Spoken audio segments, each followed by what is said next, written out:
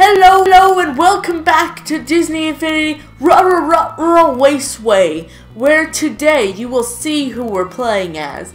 And we are actually just starting right into it, because I feel like since this is the last race in the Grand Prix, maybe it'll be a bit longer, maybe it'll be a bit tougher, but let's get into this. So we got Halloween Town today. You know, I've never actually seen the, what is it called, the Nightmare Before Christmas movie. I've never actually seen that. I kind of wanted to this year, or I guess last year now, but I don't know, it's just not really my style, you know? I prefer more happy, you know, but lots of colors kind of race kind of movies, so I never really cared for Halloween Town. But that is, I still, you know, I like the ride when, what's it called? It is called, whatever it is, Haunted Mansion. When Haunted Mansion turns into Nightmare Before Christmas, I really liked that. We got stuck a lot on it because I've only been on that version once. And I think it's actually only in Disneyland, but that was really cool to see it because they just completely changed the ride, you know, it didn't feel the same at all.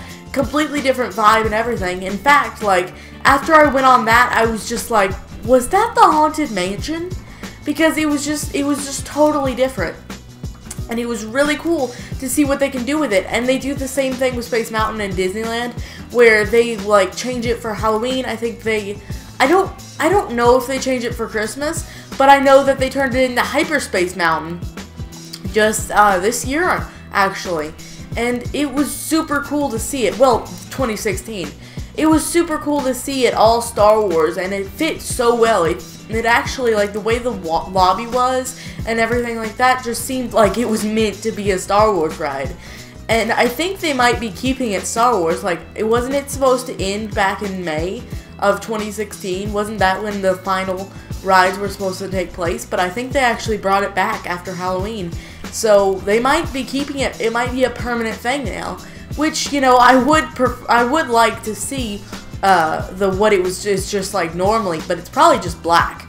Like, I feel like it just works so much better to have a theme to it, and I wish that Disney World did the same thing, but they don't really do their rides over again for special events. Like, Disneyland is all about changing up rides and stuff like that, and I wonder if there's a reason for that, why it's so different. But, you know, I hear that Disneyland is actually, like, a lot more of just the better place to work at. Like, I hear that Disneyland is more fun than Disney World to work at.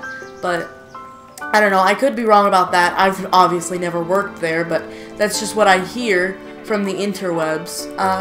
But you know what this reminds me of? This map? It reminds me a lot of the Kingdom Hearts version, you know, of Halloween Town. So I'm thinking that that's just how it is, you know. I always thought that mostly in what's it called, Nightmare Before Christmas, I thought it actually mostly took place in the Christmas Town or whatever it's called. But maybe it doesn't, because like both the Nightmare Before Christmas in Kingdom Hearts and in this now, they all just show Halloween Town. So that's kind of weird to me, because I always thought that the movie mostly takes place, you know, like I said. But maybe I'm wrong with that. Again, I've never seen it, but this might be the year I might finally watch it. There are movies that I've always had movies that I was just like, you know, I should really watch that at some point, and then I never do. Like, for instance, Indiana Jones. I only watched that like a few weeks ago, but I've wanted to for a while, and I just never watched it because I'm not a big fan of movies. I would prefer, you know, a TV show over a movie, just because it's just something about it, you know. It doesn't interest me to sit in one place for 2.5 hours just watching something and not, you know, playing with a controller or anything like that. Because even though you kind of do the same when you're playing a video game, you know, you're playing it, you're doing something, or at least even though you're sitting still. So it's just, for a movie, it never interests me. Like, why would I watch a movie when I could not affect the story at all, when I could spend that same amount of time playing a game where I could affect the story and actually do something the way I would actually do it, you know? But I guess not everything can be a video game, and there are limits, you know? You can't have ending that you would want for a video game that has so many choices, because you'd have to make so many choices. That's why I really think it's cool for games like I'm missing examples right now, like Mass Effect or something, a game like that where it does matter. You know, every choice kind of matters, and they actually make the endings feel different. Now I know Mass Effect 3 wasn't really that way, but that's probably the coolest thing for me about Mass Effect games, is just how much it feels different when you get, and not just Mass Effect games. You know, there are tons of games out there, especially from like Bethesda or BioWare. Bethesda mostly makes different ways to get to the same ending, it seems like, but I haven't played nearly enough of their games to actually judge that. But oh wow, I was not expecting that snake to go on the road. It has not done that every time, has it? Oh, I think that's different. I think this map has changed every single lap. Like, not this part. I think this part has stayed mostly the same. But has it? I really don't know. We got the Boogeyman back there. Boogeyman is actually, like, super... He's probably the main reason I want to see The Nightmare Before Christmas, is just because he seems pretty cool, you know? Like, he seems like a really cool villain, especially from a company that only has a few really cool villains. Like, they're all cool, but not a lot of them stand out. Like, you know, the Evil Queen doesn't really stand out to me. But, like, and I think Nightmare Before Christmas is definitely made by Disney. Maybe, no, not Disney Pixar. I think it's just Disney. But, I don't know. They don't have very many standout villains. At least not to me. Not really that interests me. You know, my favorite villains are probably Chernabog, however you want to say it. There's so many different ways to say it. The guy that's the main villain in Kingdom Keepers, and the guy that's in Fantasia, you know, the guy that pops out of the volcano, yeah, him. He's probably my favorite villain from them, and then Maleficent as well. They're really cool. But I don't know, just something about them really interests me, you know? And I actually feel like I'm doing worse with Lightning McQueen, by the way. I feel like I was doing better in the car, because did you see how close that last race was to me losing it? Maybe it's just because I'm talking more and not focusing on the game as much as I did whatever day I did the Raceway last. Because we got back to the toy box the other day, and that was really cool, really exciting. But I do have somewhat sad news, and that is not for sure, but I don't know how long Disney Infinity will last. So I have a couple series that I'm planning on doing. So Disney Infinity might not be the newest, you know, longest series we ever do, but I will hope to get enough done that is sufficient. Like, I'm not just gonna end it off, you know. I'm gonna have a bigger, you know, season finale or whatever, series finale or whatever.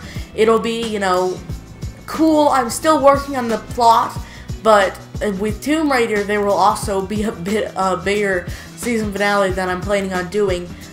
It'll take a little while. That's why Tomb Raider will probably, depending on where I am, I'm gonna look it up, how close I am to the end of the game, will not be recorded and posted the same day, because I will need a lot of time to work on it.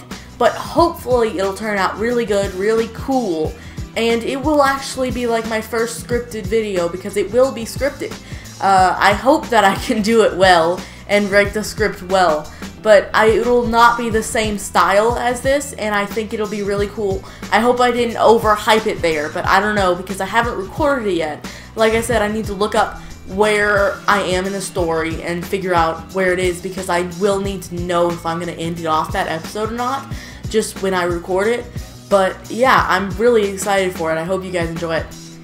So that'll be really cool. I've been working on the idea of it for a little while, and I think it'll be super edited, just so you know. Speaking of editing, I'm getting a little bit better with these segues now. Speaking of editing, I changed up the cuts. Like, they used to be very abrupt, and in my newest episode of the Disney Infinity Toy Box, I did a little swipe thing, and it really improved it. It was not nearly as so sudden, and I thought it looked really good. So I will definitely be doing that with cuts from now on. In fact, when we end this episode off, you'll see it.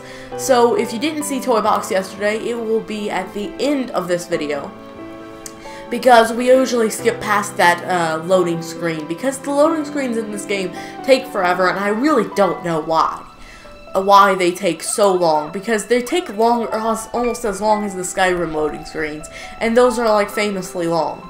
So I don't know why. It's always been like that since Disney Infinity 1.0. It's always been like that. But I've played every single Disney Infinity game, actually, if you don't know. I've played 1, 2, and 3, and most of them the day of release.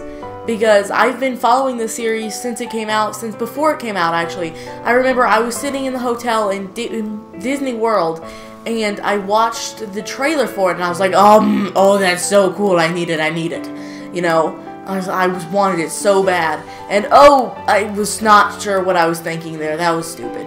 Anyways, and I wanted it so bad because it looked so cool. I mean, if you know what I'm talking about, and if you've seen the Disney Infinity 1.0 trailer, the first one, it got me so excited. I was like, I'm gonna build Disney World, and I'm gonna build it all, and it's gonna be so cool, and I'm gonna get all the figures and everything like that. Let's just say it didn't turn out. I didn't build it nearly as much as I was planning on, but you know, I really miss 1.0. It was a very different game, and whereas there was a lot of improvement on, you know, from 1.0 to 2.0, and not so much from 2.0 to 3.0, but I get it, you know, that they kind of hit what they wanted to do with the series.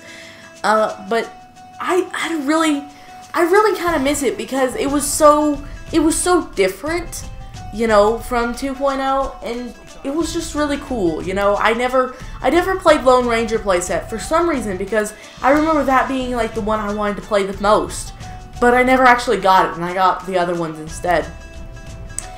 But I kind of want to go back and play it. The only thing is, I don't think it's on the Xbox One. If it is, then I might pick it up. And also, you know, I still have all the figures and the playsets, but I might not be able to get the figures and the playsets that I didn't have. Also, wait, what movie is this from? Guardians of the Galaxy, maybe? But I don't know, it's kind of like, it's probably pretty expensive, you know. It's probably still $60, since it was more than $60 when it came out. It's probably still $60, and also, you know, I can't really justify spending that much on a game that I know is inferior to the other games that I have that are like the same style. But I kind of do want to go back and see where the series started, you know, and then see how much it's improved and the little things that have improved from that game to 3.0 and so on. And like I said, I still have all the playsets from that and the characters. Now, you can play the characters from any of them on any version, except for like going backwards. They're not backwards compatible. But, or wait, that's not what I meant.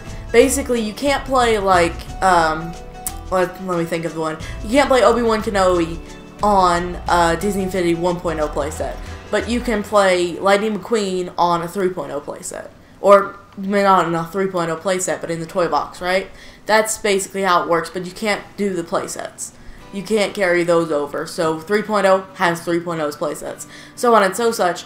And like, the playsets were always just really what I spent my most time on in 1.0. So I really want to go back and see what I was doing, you know, with that time, and if they were really good.